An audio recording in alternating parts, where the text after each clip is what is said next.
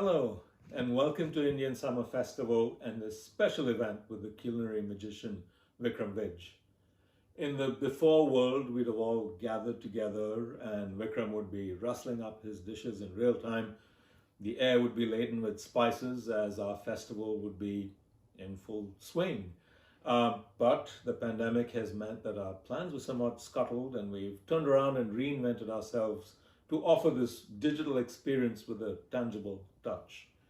Um, I'd like to acknowledge that I am located here on the traditional, unceded, and ancestral territories of the Musqueam, Squamish, and Tsleil-Waututh peoples, the first peoples of this land, and we're very grateful to be able to live, work, and play here. We've, as I said, our team has worked really hard to reinvent ourselves into a festival that still exists and still brings people together digitally. And I have to say, I'm really touched by the number of people who've donated to the festival to help us keep going in this strange time and keep doing the work that we do. Many of you did that when you signed up for this event, and I'm really grateful to all of you who did that. Over the past 10 years, this festival has sort of really tried to create a model for a society we'd like to see, a society that's creative, that's inclusive, that's welcoming, and that stays connected.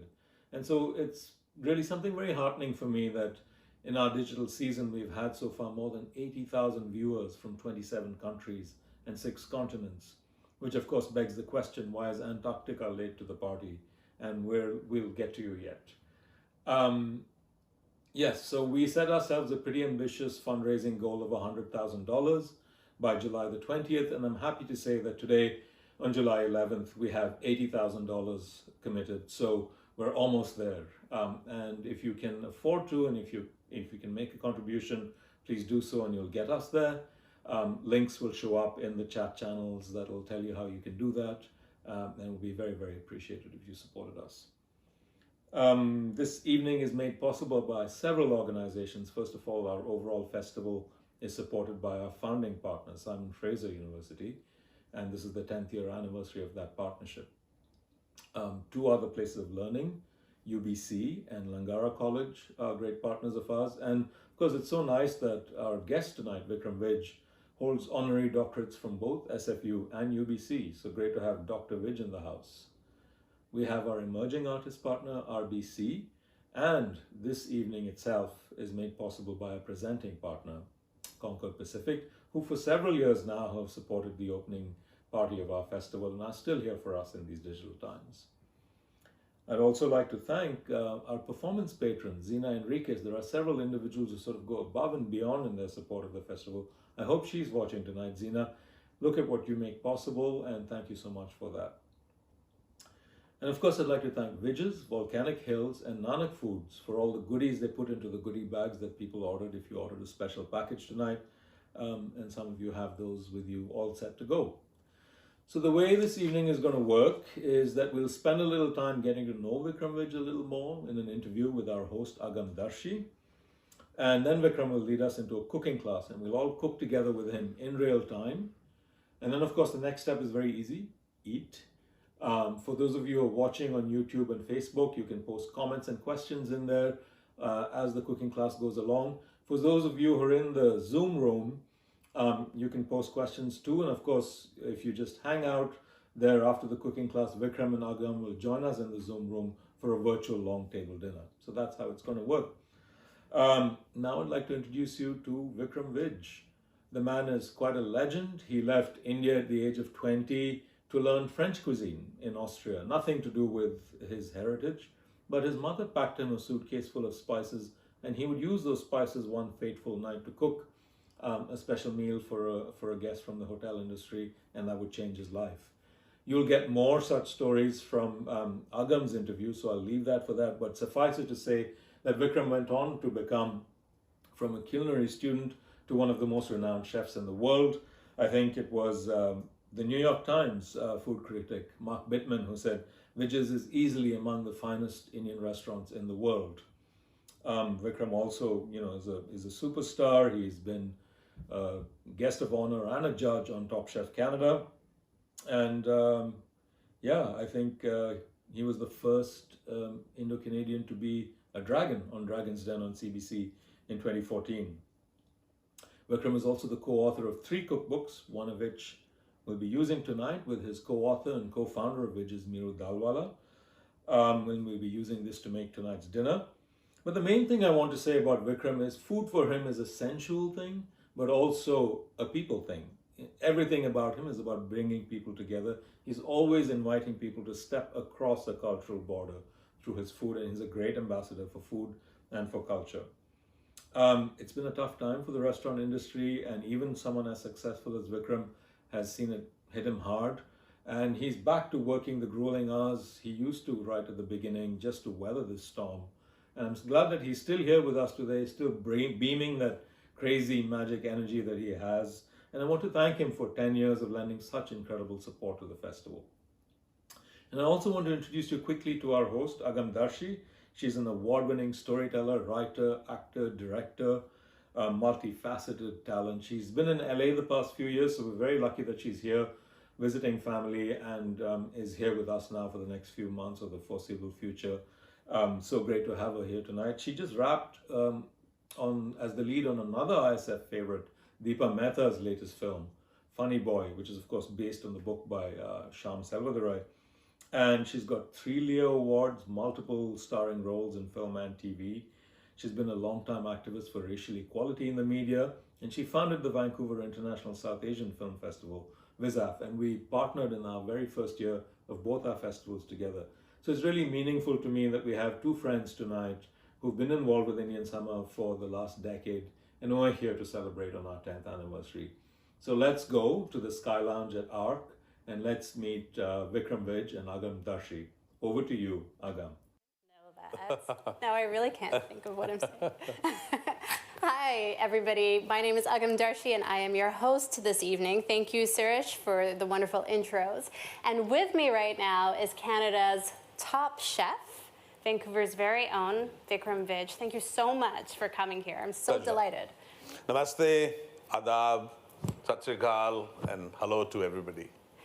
So before we get started here, for those of you watching, please just make sure that you're chopping up all your vegetables, that you have everything prepared, because we're going to start cooking and doing the masterclass in about 15-20 minutes. So you can do that right now while we talk a little bit. And don't cut your finger while you're chopping. No, I've done that before. It's not pleasant.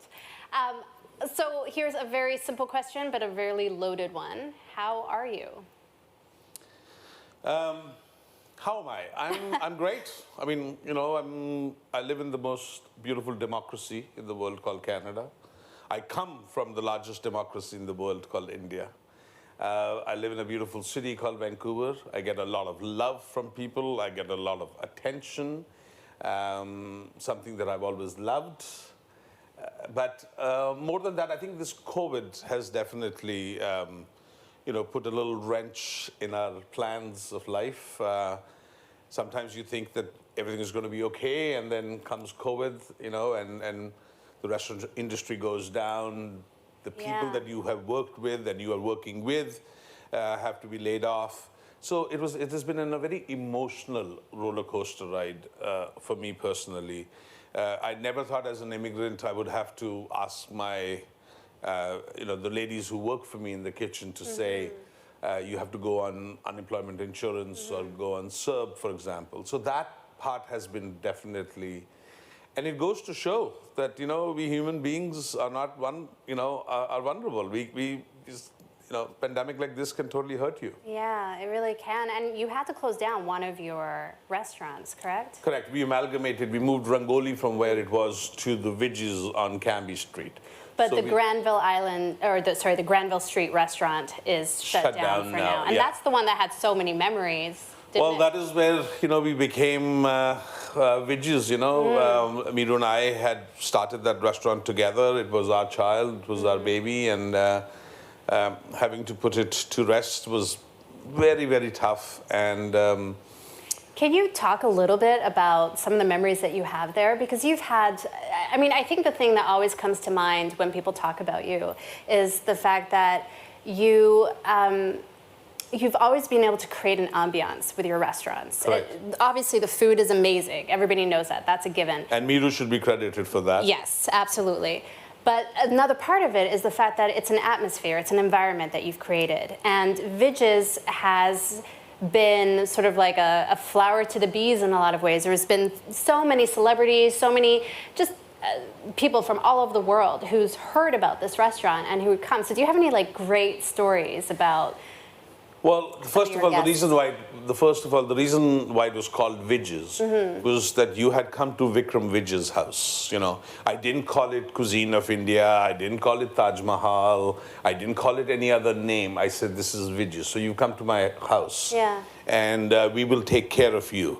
So when people came in and they waited or they just got seated, we brought them a little cup of chai, the little Indian hospitality, little pakoras or something to munch on for them, because I believed that Indian hospitality is unbelievable. You know, you go to somebody's house, even if that person doesn't have any money, they'll offer you a cup of chai at least. You know, minimum, they said, chai, you know, must have chai. So that has become quintessential. That became what Vij's was. And did you always know in your heart that that's the environment that you wanted, or was that something that sort of came over time? No, I always wanted that. I wanted that loud rush of people. I wanted that no reservation. I wanted everybody to be equal. I wanted everybody to be treated with respect and love. Because for me, an actor or an actress, just because they are famous, doesn't mean that a nurse that saves lives or a teacher that teaches my kids is any less of a celebrity. I think they're as celebrity. A plumber or somebody who works a day-to-day work is as much of a celebrity in their life or in their work as somebody who's an actor or an actress. So what makes you a celebrity? Because at the end of the day, even Gandhi said, we are all equal. The color of our blood is exactly the same. And that is what I wanted to bring to the table. I wanted Vij's to be known as, doesn't matter who you are, you're going to have to wait like everybody else. And people who waited also saw the respect that I gave them. It's not like I said, when I say I mean we. You know, we gave them. It's not like we said, oh, so-and-so should get a preferential treatment or so-and-so should get a different kind of food or anything else. They were given the same love and respect. So a lot of actors and actresses came in, but one of my favorite stories was one day on a Sunday, Pierre Elliott Trudeau walked into the restaurant with his son, Justin, and he waited like everybody else. There was a little bit of a wait, and he had dinner, and when he was leaving, I touched his feet, and I said, Mr. Trudeau, I just want to thank you for your policies in 1960s that allowed immigrants like me to come and be successful and follow our dream and our passion.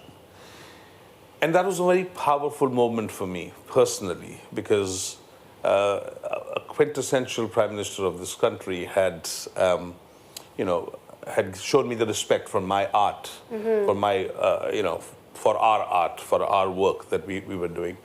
But other than that, lots of people have come in, lots of people have not waited also. I mean, there are people who have not waited, which is fine. I mean, I totally respect their time and everything else, so.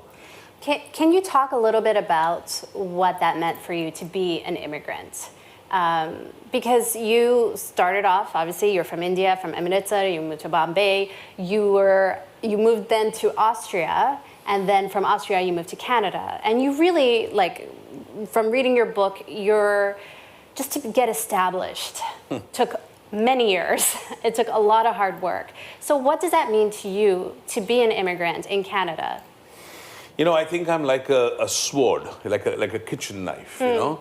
I was forged and made in India, but I was beaten and hardened in Austria, but I was sharpened in Canada. I'm like a kitchen knife. What do you mean sharpened? What has Canada done for you?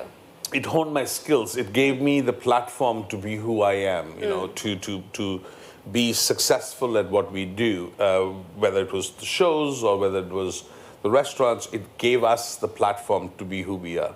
So as an immigrant, I think you cannot forget your roots, where you come from.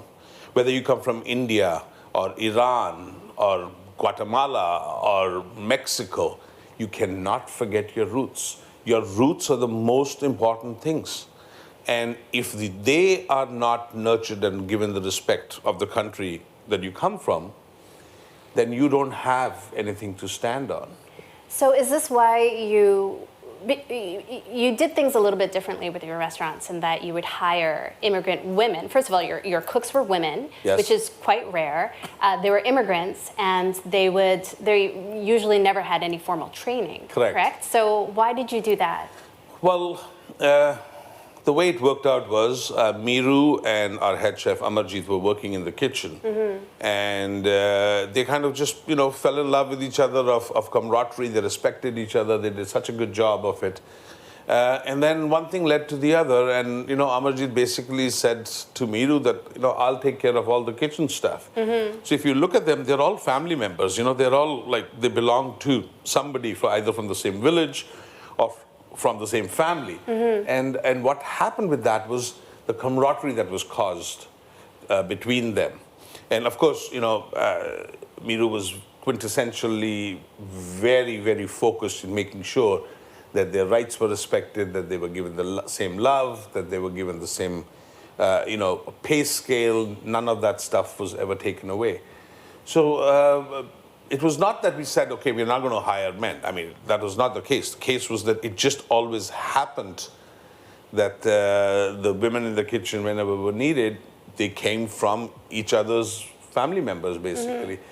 And it just grew and grew like that. Yeah, it became a village. It became a pind, basically. In Punjabi, we say pind, which is a village, and it became a village. That's wonderful. What a great way and a safe nurturing space to come into, right? When you are an immigrant, to find a job that actually respects you and where you can thrive, ultimately. Correct. And to be given the same love and respect so that they could send their kids to great schools, so that they can send their kids to proper schools, they could become doctors and lawyers or engineers. And I love that. I hear stories about, these women, they say, oh, my son has, becoming a doctor or a realtor.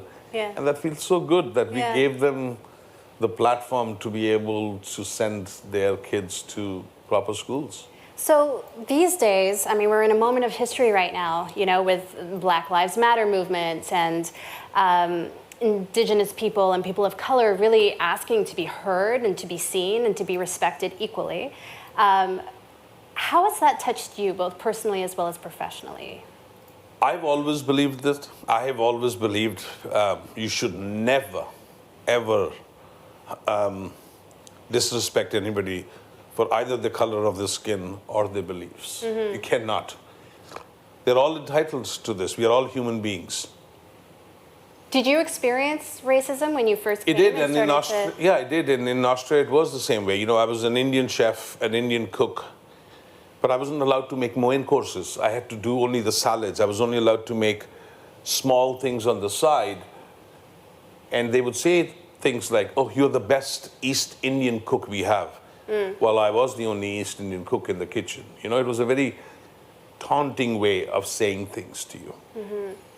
But you put up with that stuff at that time because you were at their mercy. You needed that job, you needed that income, you needed to stay in that country. 1984, when I left India, India was in turmoil. There were riots happening. There was no hope for young people. So you had to stay where you were and find your way, So you put up with that stuff, basically. But now, please make sure that no person is ever discriminated for either the color of their skin or their beliefs, because we are all human beings.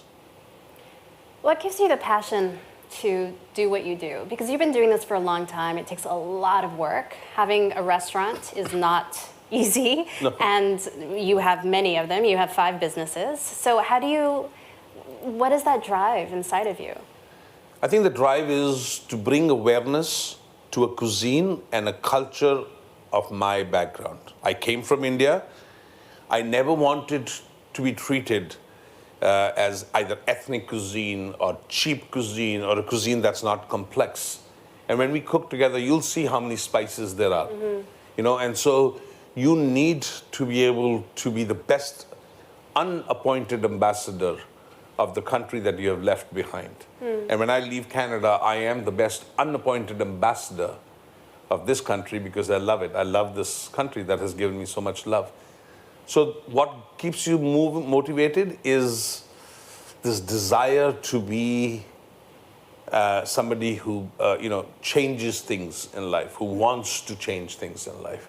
And is that passion still as strong now as it was when you first got here? Absolutely. The passion never goes away. Right. Passion never goes away. Things change, courses change, angles change.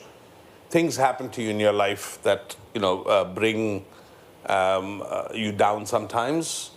But then you should just okay, you hurt. There are lots of times you hurt, but you have to get up and go. You have to be that person that says, okay, brush yourself and move on from it. Well, I am so excited because we're about to enter the kitchen right now, and I feel almost guilty saying this, but Chef Vij is going to be cooking for me, and I'm very, very excited about this. I'm excited to cook for you, Agam, because these are very simple dishes, and I think all of you who have chopped the vegetables and everything else, you will realize that it's not that do I have the best steak, or do I have the best meat, or do I have the best cauliflower, or the best potatoes? It's in your hands. Those spices are like notes. Just play with them, enjoy them. And do me a favor, once a week, eat food from different parts of the world. Eat food from China, from Singapore, from Mexico, from different parts of the world. Because when you break bread, and when you eat food from different parts of the world, you build tolerances towards each other. You learn to respect and accept each other. And that is very, very important. Because the food is almost the best, it's the best ambassador of that country, right? So when you fall in love with the food, you can easily see how you can fall in love with the people, right? So that's a beautifully... it's like music, Music and food brings people together. Yeah. Music and food, if you listen to music from different parts of the world, or if you eat food from different parts of the world, you learn to accept each other for their faults, their mistakes, and what they do. That's beautifully said. So let's head on into the kitchen. We're going to take about 5 minutes while we set up, and I'll meet you there.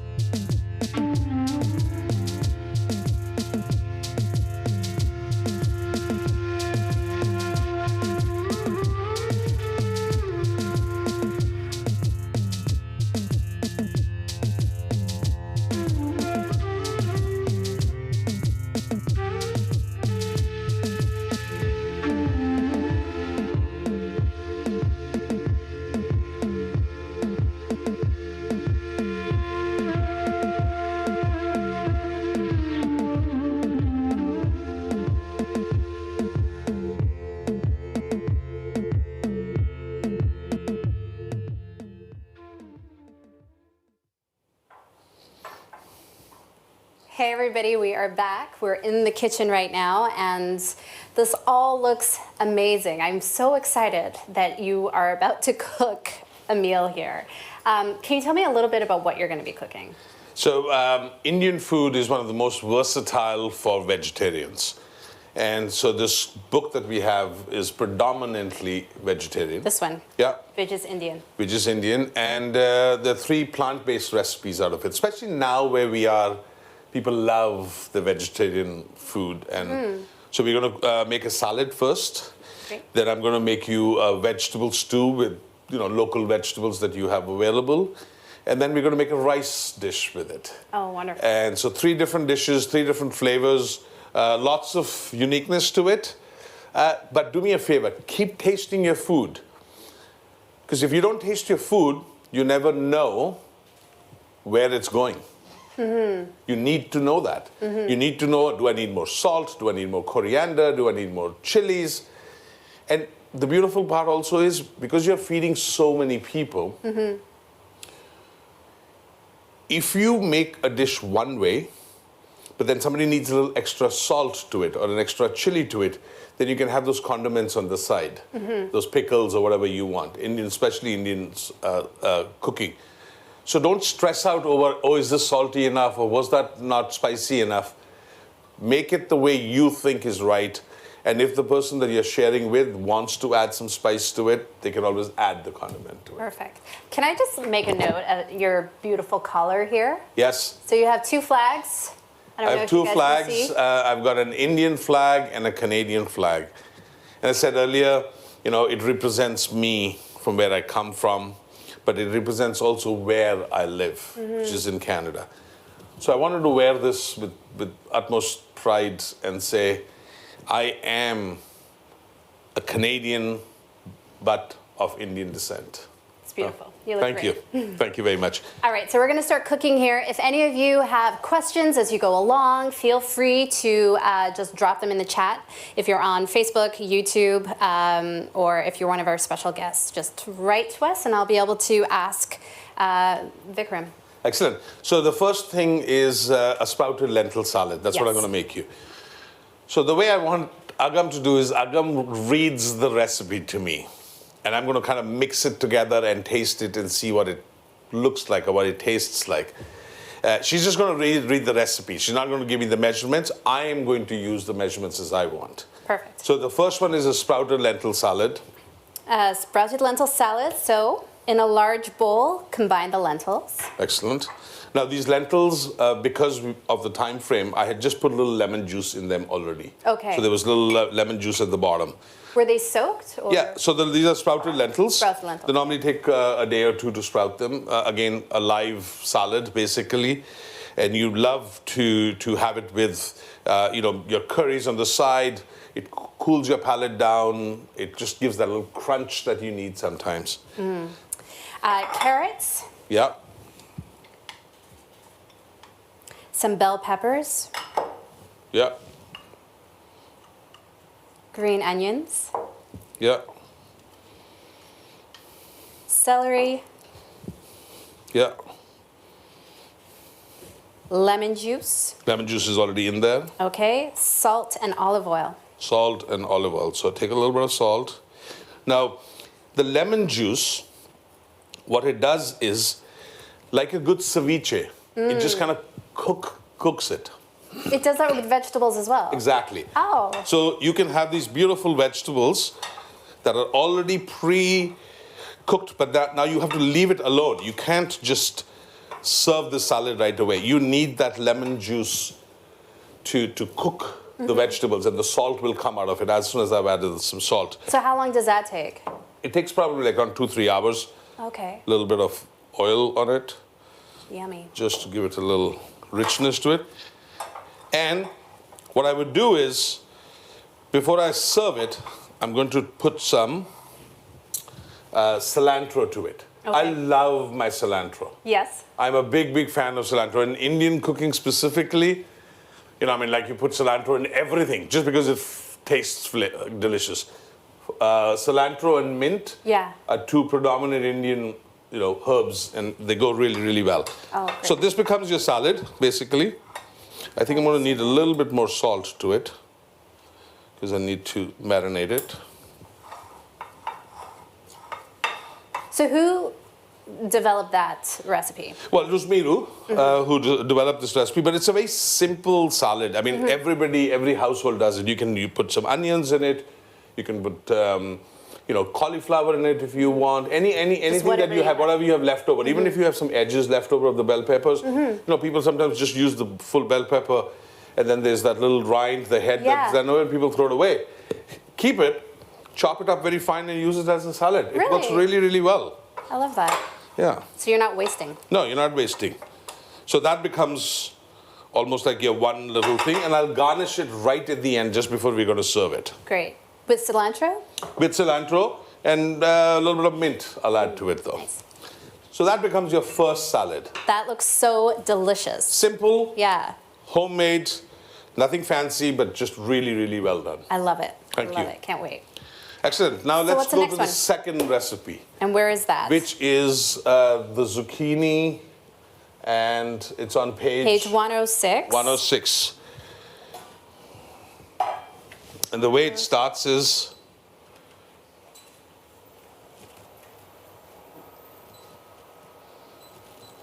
The way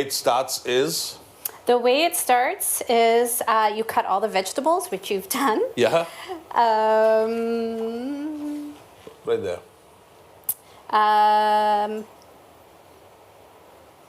So you place the potatoes in a bowl. Yeah, which we already have right here. Yeah, you've cut them in half lengthwise and Yeah. sliced them. And then you heat the coconut oil in a medium frying pan on Which is high right- heat for 45 seconds to 1 minute. Right. So which is right here. I'm waiting for the pan to heat up a little bit more. There's a question for you. Yes. Somebody's actually asking about the rice, so maybe we can get to that when we do the rice. Yeah, when we do the rice Okay. dish though. So you see the pan that's nice and hot? A little bit of Yeah. So that's the coconut oil and your. coconut oil. I'm going to So let do you it melt. always use coconut oil when you cook? I use ghee, Yeah. which is clarified butter. We use vegetable ghee also. We also sometimes use butter in cooking. So it just depends. There's no one way to make it. If you're making a nice, rich, creamy dish, use butter. I mean, there's nothing low fat about this guy, right? Eat real food. You know, if nature intended to make something low fat, it would have made it low fat.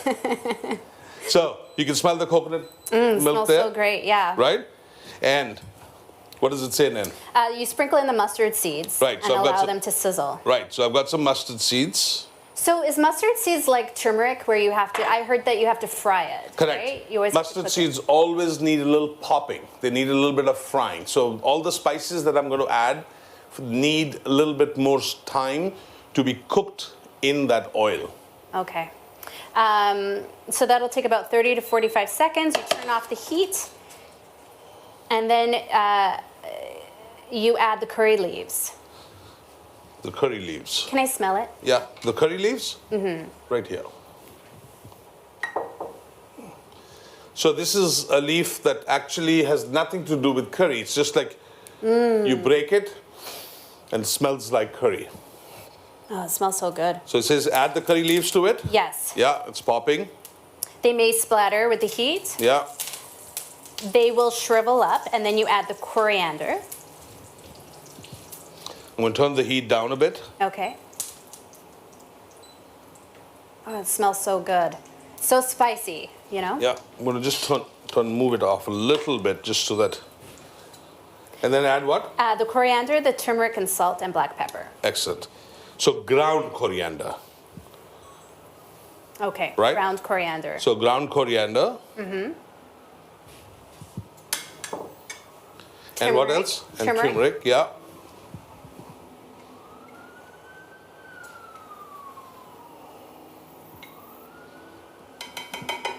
Yeah, The salt and the black pepper. excellent.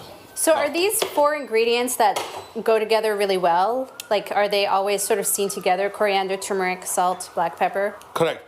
So basic Indian cooking, if you're going to do at home, you should do You should always have cumin seeds. Yes. Coriander seeds.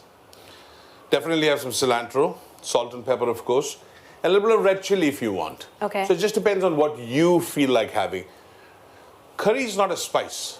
Curry is a blend of so many different spices. Curry is a blend of cumin, cloves, cinnamon, ginger, garlic.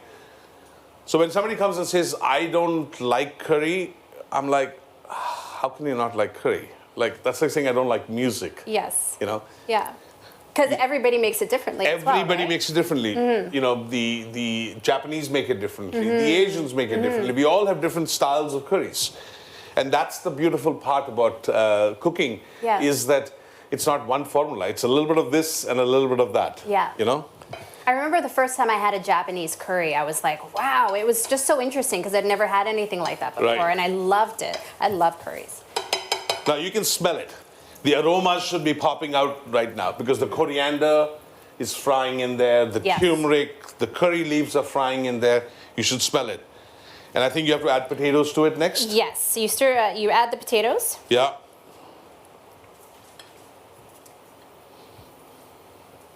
You saute them for 5 to 10 minutes until Good. they're soft.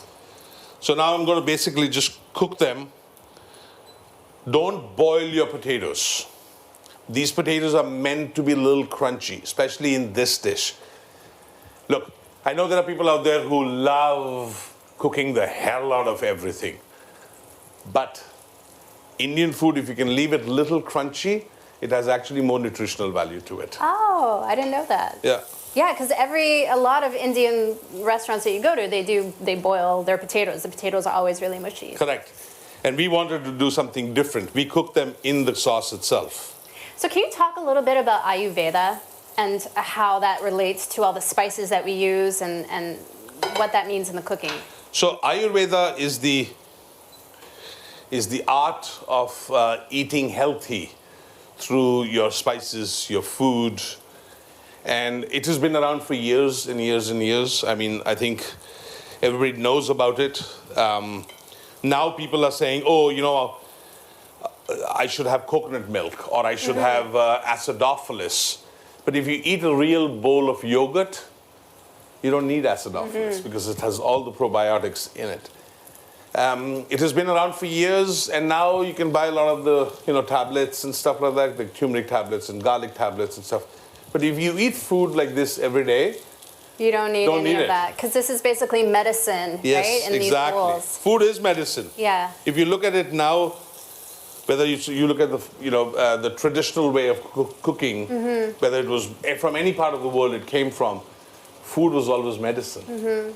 Only in North America we started eating the processed stuff, but food was always medicine. So you see the potatoes that they're getting a little crunch to them. Yeah. And what I'm going to do is I'm going to add a little water to this, just so that the pan doesn't get burnt a little bit at the bottom. So just a little bit of water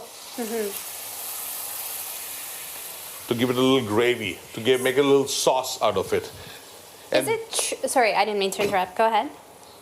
I just When have you so many add little questions. water like this to it, it also is called deglazing. It removes the goodness that got stuck at the bottom of the pan of the spices. So what it did was it removed all those flavors And and they don't get burnt. I see.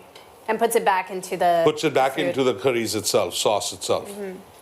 Is it true that your cooks would sometimes just use their noses because they wouldn't necessarily they would use use their scent, their smell? It is amazing that you asked that question, because all the chefs in our kitchens are vegetarians, and so what they do is they taste the sauce without the meat in it, and then they add the meat, and then they figure it out how it tastes.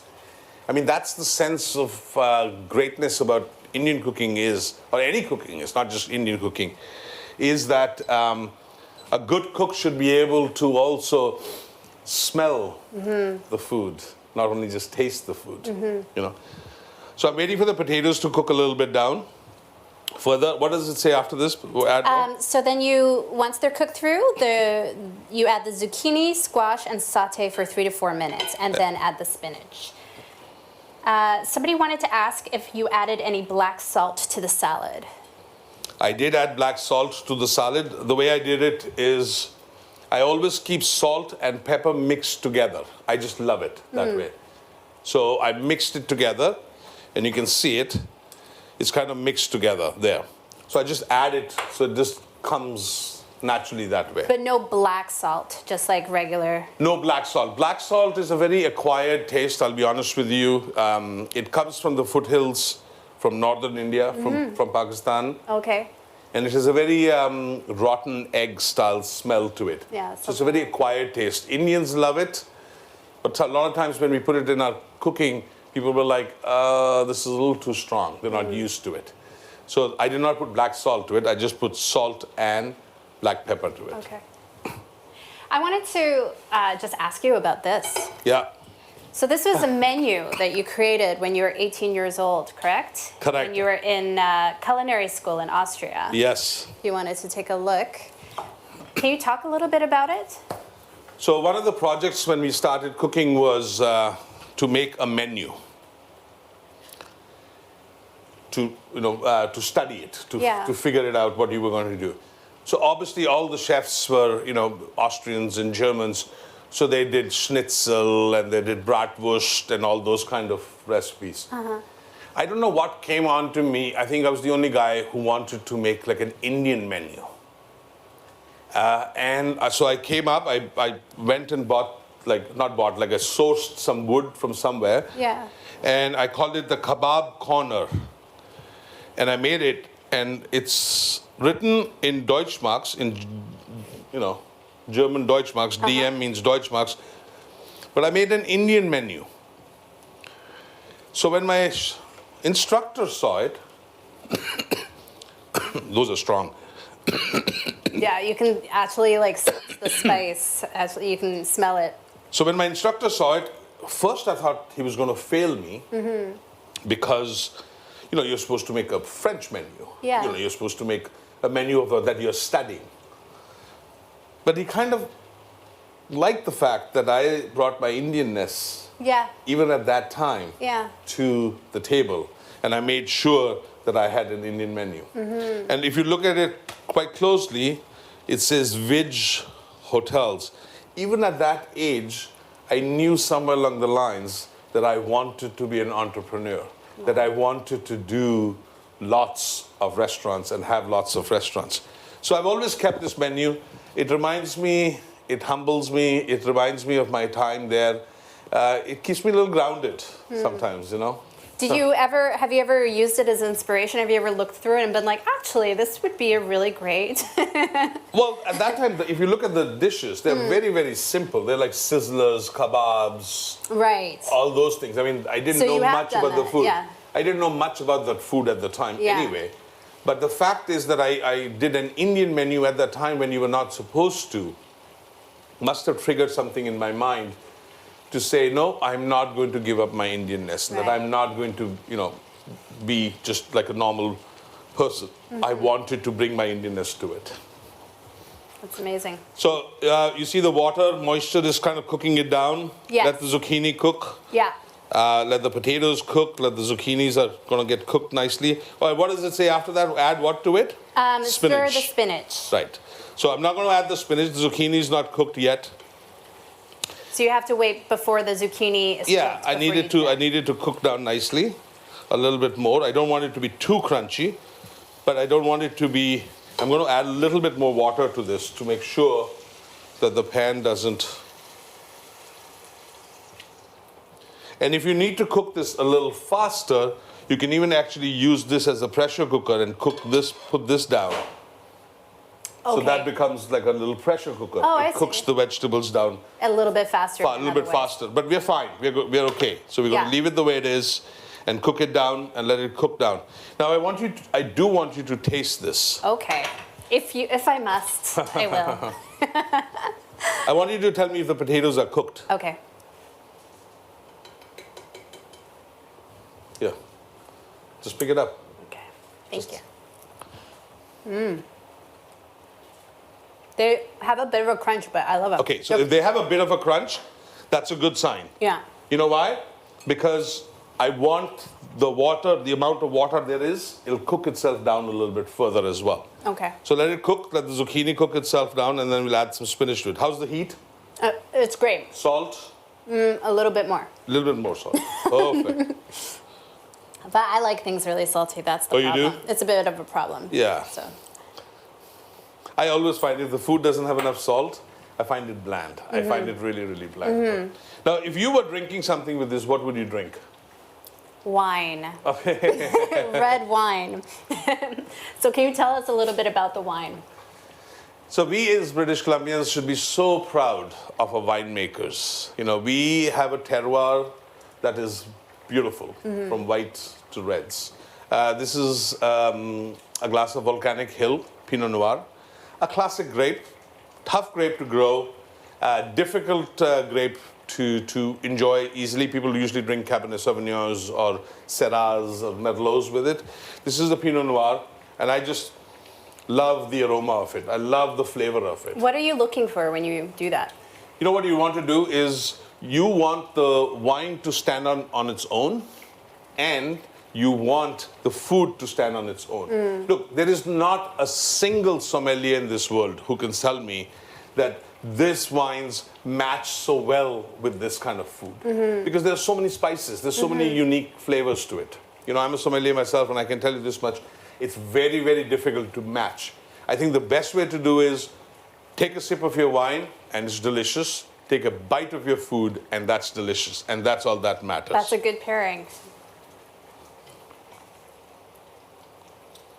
So how long do you leave the zucchinis and the squash in there? Kind of until they're cooked. I'm going to just wait for them to dry up a little bit. Okay. And they're going to cook down. Are there any more questions for us there? Not right now, but if you have any questions, please feel free to just write them in the chat. Yeah.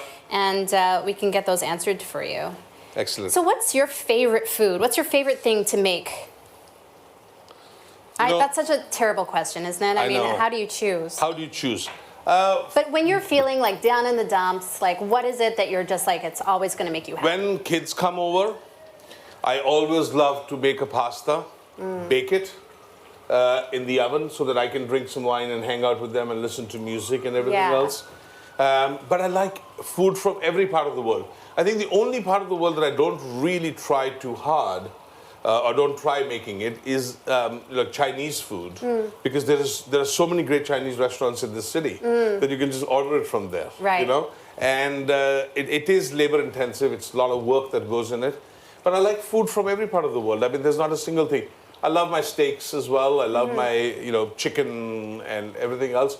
The only thing I don't make that often at home is chicken curry.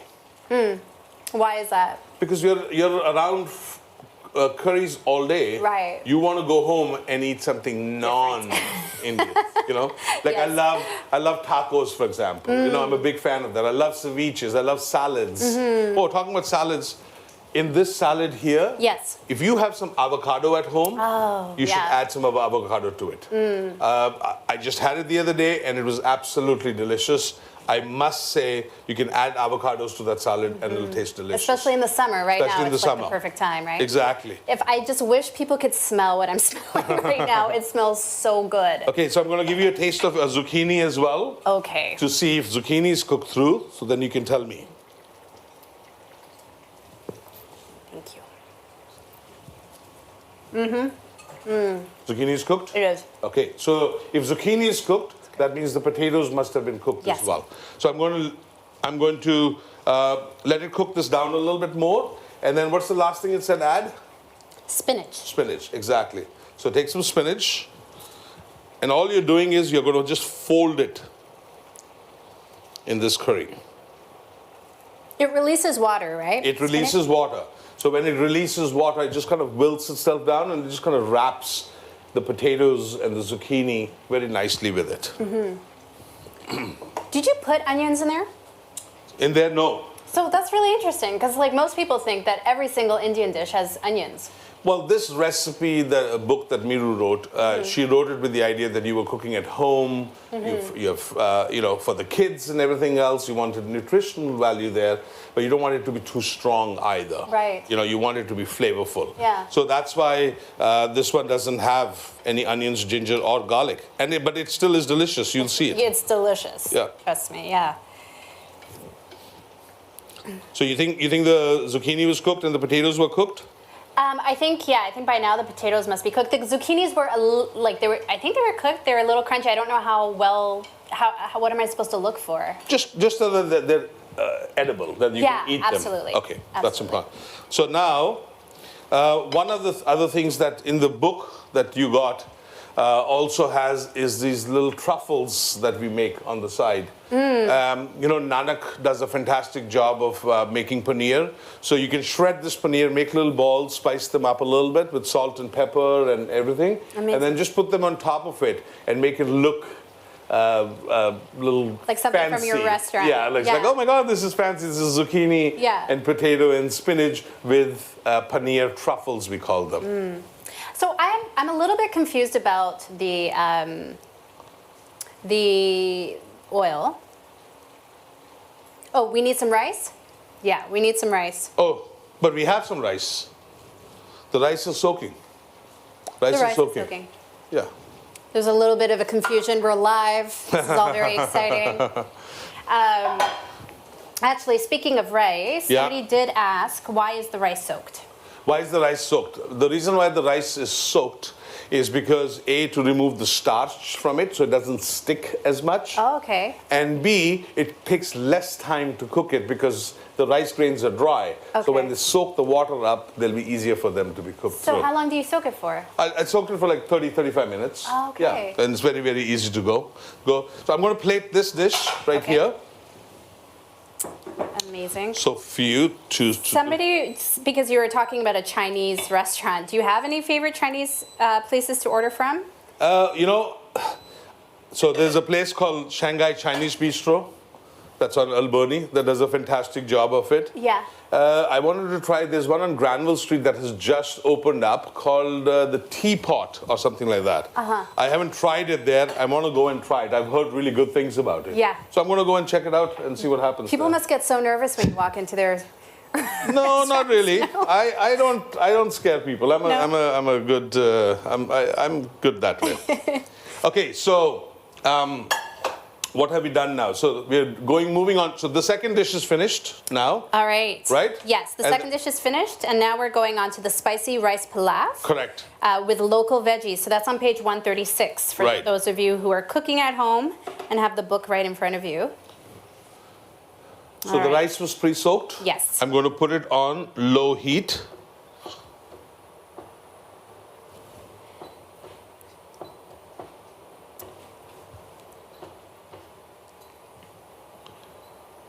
So when I made the rice, I put the rice in there and I'm going to put some salt in it. Okay.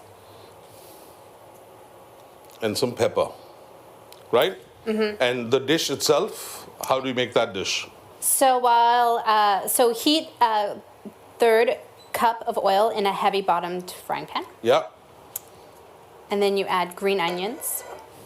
So what kind of oil did you use here? Vegetable oil. This is vegetable oil. Yeah. Okay. And then you add green onions. Yeah. And you saute for a minute.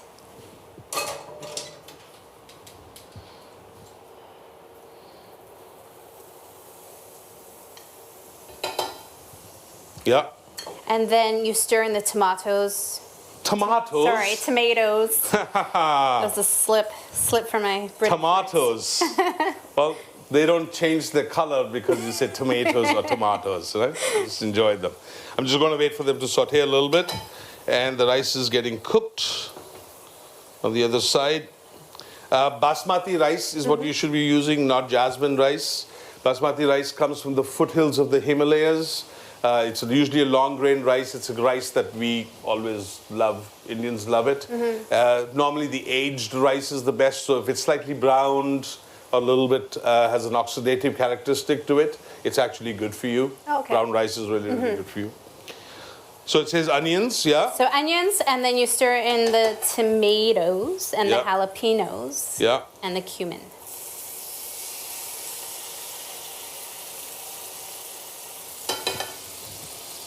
And the what? The jalapenos. The jalapenos. Right here.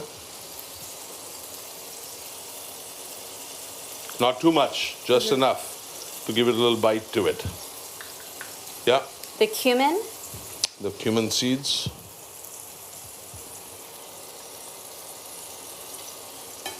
Yeah. The cayenne. A little bit of cayenne.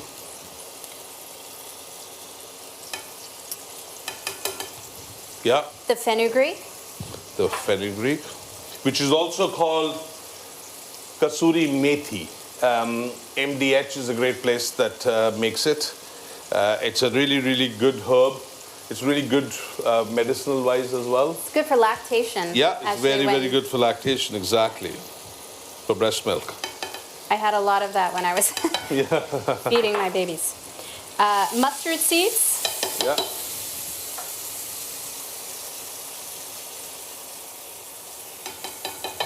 And some salt. And some salt. You are a good reader, you know. Oh, thanks. It's all the years of acting. So Forrest family just wanted to say that they don't have any questions. They just really love you and they're really enjoying watching you. Oh, thank you. Thank you very much. Honored, humbled. I'm glad that you have joined us. Whether you're cooking or you're just hanging out with us, I love the fact that you're here with me. There's also another question, or did you want me to continue? Just tell me what's going next in there. So what goes next is 1 teaspoon of oil and half a teaspoon of the salt to the rice, which you've already done. Bring to a boil on high heat. Reduce the heat to a simmer, cover, and cook for 12 minutes. Right, so rice is getting cooked there. That's what rice was. Oh, I think I missed a chunk. You're supposed to add squash and chickpeas to it. That's right. Add the legumes. Add the legumes. Yeah. Chickpeas. What else? Continue stirring. Sorry. Then stir in the paneer. The what? Is there paneer? No, I think you're on the wrong plate. Am I? No. Oh, look at that. No, Damn. no, you're not. You're right. Oh, okay. Paneer was optional. Oh, I see. We didn't give the paneer there. Okay. Squash. Squash.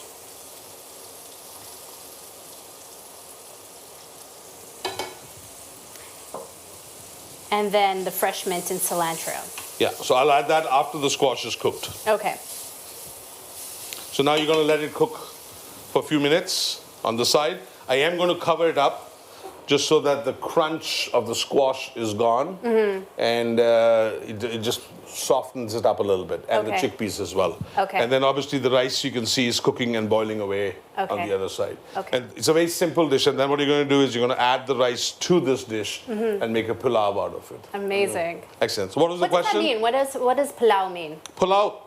Pulao means rice that has added some spices to it and has vegetables. So you can so biryani is something similar to a pulao. Pulao is basically long grain rice with vegetables and spices in it. A vegetable pulao, a chicken pulao, lamb pulao or lamb biryani. Just depends of it. Biryani was a northern Indian.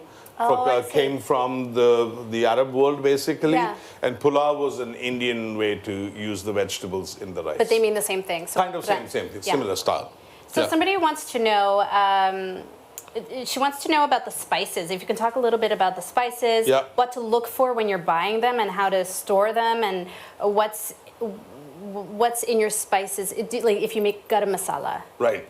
So garam masala, garam means hot, masala means spices. So all the hot spices that produce heat from inside out, cloves, cinnamon, black cardamom, ginger. You know when you come back from skiing and you have that glue wine, the Germans drink the glue wine, the red wine that you drink, those are all those flavors. All those flavors that are in chai, for example, they're all part of it. And so that's in the garam masala. And every household in India has its own version of making garam masala. That's the funny part of it.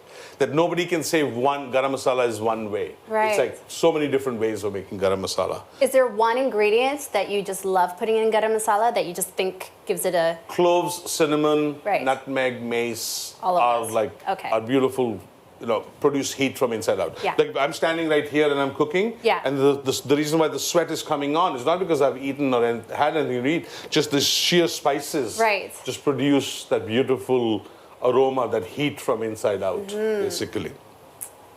And so how to store the spices? Spices are like coffee. They never lose their flavor of it. They'll always be okay.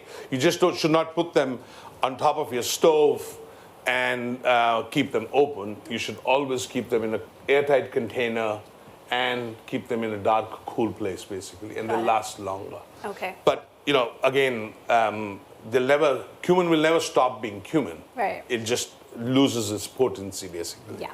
Okay. Let me just look what's happening. Oh, wow.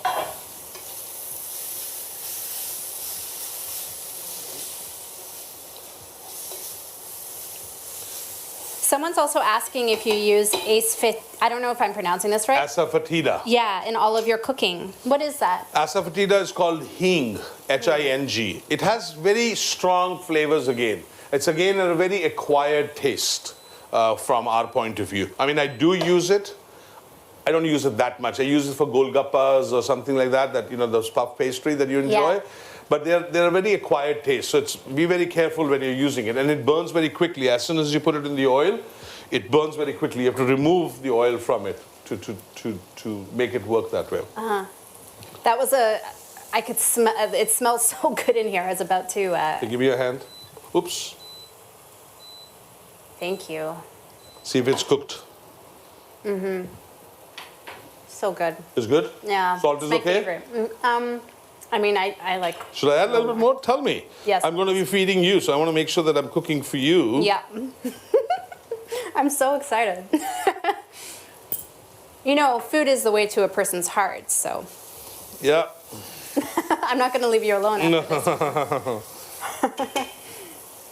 Somebody said, Kelsey Hewlett says that, I noticed that you're using jalapenos in your recipes. Why do you prefer using these rather than chilies that you get from India, like the small red chilies? Just to be different. I mean, jalapenos are available in most markets, most supermarkets, and that's what they're available. Now you have to understand all these spices and all these herbs, like even curry leaves and mint leaves are available. When we started cooking in 1994, 95, you could barely get cilantro into these stores. So now we should be very proud of ourselves as Canadians that we can actually, buy all these spices. Anywhere you go, any of the stores that you go, you can buy all these spices. When I landed in Calgary, if I needed to buy an Indian spice, for example, I had to go all the way, because I was studying in Banff. I was working at Banff Springs Hotel, where your husband is from. Yes. He's probably watching. Yeah, oath to you. And from Banff, I had to go all the way to Calgary to buy these Indian spices. So now you see small little towns, their shops carry these cumin seeds and clove seeds. And that is a testament of a great nation that we live in. That is a testament of great country that we live in, that you can buy all these spices in different places. Yeah, definitely. Okay, so what is this? What is the last dish? It said mint, right? Yes, it said stir in the mint and the cilantro. Right. So I'm going to throw in the mint. I'm going to just... Oh, Leora from, I think it's Yellowknife, asks if you sprout your own lentils, and which ones do you use, red, green, brown? Great. So I do sprout, we do sprout our own lentils. Did it say cilantro? I'm sorry, yes, cilantro and mint. Yeah. I can really smell the mint. It smells so good. So rice is almost cooked. I want that moisture of the rice there. I want a little bit of the water there. Okay. Why? Because I want the water to go in here and deglaze that pan. I don't want to put the water from the pan there. So leave a little bit of moisture in your rice so that it makes a nice little style of a curry. Okay. So the question was what? The question was, which lentils do you use? Red, green, brown, and do you sprout them yourself? So we've used 3 kinds of lentils. Black chickpeas, green lentils, and black lentils. And you just soak them in water, keep them at room temperature in a warm place, and they'll start germinating. And all you have to do is at the end is just kind of give it a rinse and give it a little quick steam, just in case there is some bacteria there. Just give it a little steam and then just serve them cold. Perfect. Yeah. So you have a fan from Panama, Hildegard Vasquez. Hola. Hola. She's saying she's watching. Oh, great. As well as Randall McNair from the Rocky Mountains is also saying Beautiful. hello. Hello, Randall. All right, so you see this curry is almost done. I am going to mix the rice in that pulao style. That's so quick. It is quick and healthy and nutritious. Chickpeas is my favorite. Muriel Protez said, you mentioned Indian pickles earlier. Any tips for what to pickle and Indian spices for them? Great question. So Indian pickles, you can buy them from the market. There's so many great brands out there. They do such a good job of it. They're high in salt, sodium style. I love them. But if you really have some vegetables that you want to, pickle at home and cook them, the best way to do it is take a jar, like a mason jar, chop up some vegetables in it, and whatever you have, you pickle them, put vinegar, salt, and there's a spice called kalonji, Kalongi, kalonji. It's a pickling spice, basically. It's from India? It's from India. It's called nigella seeds. Oh, okay. They're black in color. Yeah. And then you add those to it, and your chili and your turmeric and everything else, and then leave the jar somewhere where it's a little bit sunny, where the sun hits it, and it just cooks it down a little bit. And you have to leave it out, depending on your heat where you are. There is a dish that the Persians also make called torshi, Torshi. It's pickling of, but it's using vinegar and salt to pickle the vegetables. And it's been done, the Germans call gurken or the pickles, right. They're also same way. Pickling works really well. Black pepper works really well. A bay leaf works really well. Mint leaves work really well. So whatever you're comfortable, whatever you want, whatever flavors you want, that's what you would do. And you can pretty much use like you said, any vegetables at all that you have. Any vegetables you can do that though. Okay. Excellent. Hildegard Vasquez from Panama was asking, what can you replace curry leaves with? Because I guess you don't have curry leaves everywhere. Correct. That's a great question. If you don't have curry leaves, try to get dried curry leaves. If you can't get dried curry leaves, don't use anything. Just use cilantro or mint in that sense. Because curry leaves have a very unique flavor, and there's no other spice to it that you can add to it. You can't take that, you can't change it. Right. It's like mint will always be mint. Yeah. And coriander will always be coriander. So that's what I would say is, if you can buy dried curry leaves, then leave it alone and then just enjoy them. I think this dish is almost done. What is the last dish it says? What should you add to it? Set aside. Combine the hot rice and the legumes and the vegetable and the paneer, and then just serve. Just serve, right? Yeah, that's it. Perfect. So I added the cilantro to the salad. Delicious. To give it a little color. Yeah. And I know for a fact that it'll taste delicious and crunchy. Now, if you wanted to add some chilies to this or anything else, you can, Okay. You don't have to worry about it. And the rice pilaf is done as well. Perfect. So we're done here. You I are. am so excited to eat this food. This is such a dream come true. So for those of you who have been watching, thank you so much for watching. I hope you've enjoyed yourself. I hope you've enjoyed cooking along with us. And for our special guest, we will see you on Zoom to actually eat this food. And also, if you enjoyed what you saw today, then I think you'll also really enjoy Chef Tulshar and the closing gala, who will be cooking as well. And yeah, thank you so much for joining us. And thank you so much, Vikram. This was such a delight watching a master at work. Thank you. I'm honored, humbled. Thank you for joining me. Thank you for being part of it. Indian summer has always been so important to me. When Sirish and Laura were just launching Indian summer 10 years ago, they came to me and they asked me, they said, would you like to, like cater the food? And I said, no. You're going to use my food as a form of art. You're going to use this not as just where I'm going to serve the food to you. You're going to use this as a form of art, because I really do believe cooking is a form of art. I may not sing, I cannot play piano, but I can cook. And so they said yes, and we've been together for 10 years now. Look, the timings normally in July, right now, approximately, we would be having a huge gathering. 400, 500 people will show up, all dressed to the T. And we use normal local restaurants that cater the food, and we always have a theme, whether it is, defeat racism or, something that we talk about. It's always been themed. And it is so sad that this COVID has completely made us cook like this in the kitchen. And even I'm having a hard time, because, to be honest with you, normally, when you cook, you feed people and you see their faces. Either they glow up or they're like, not quite sure whether this is right.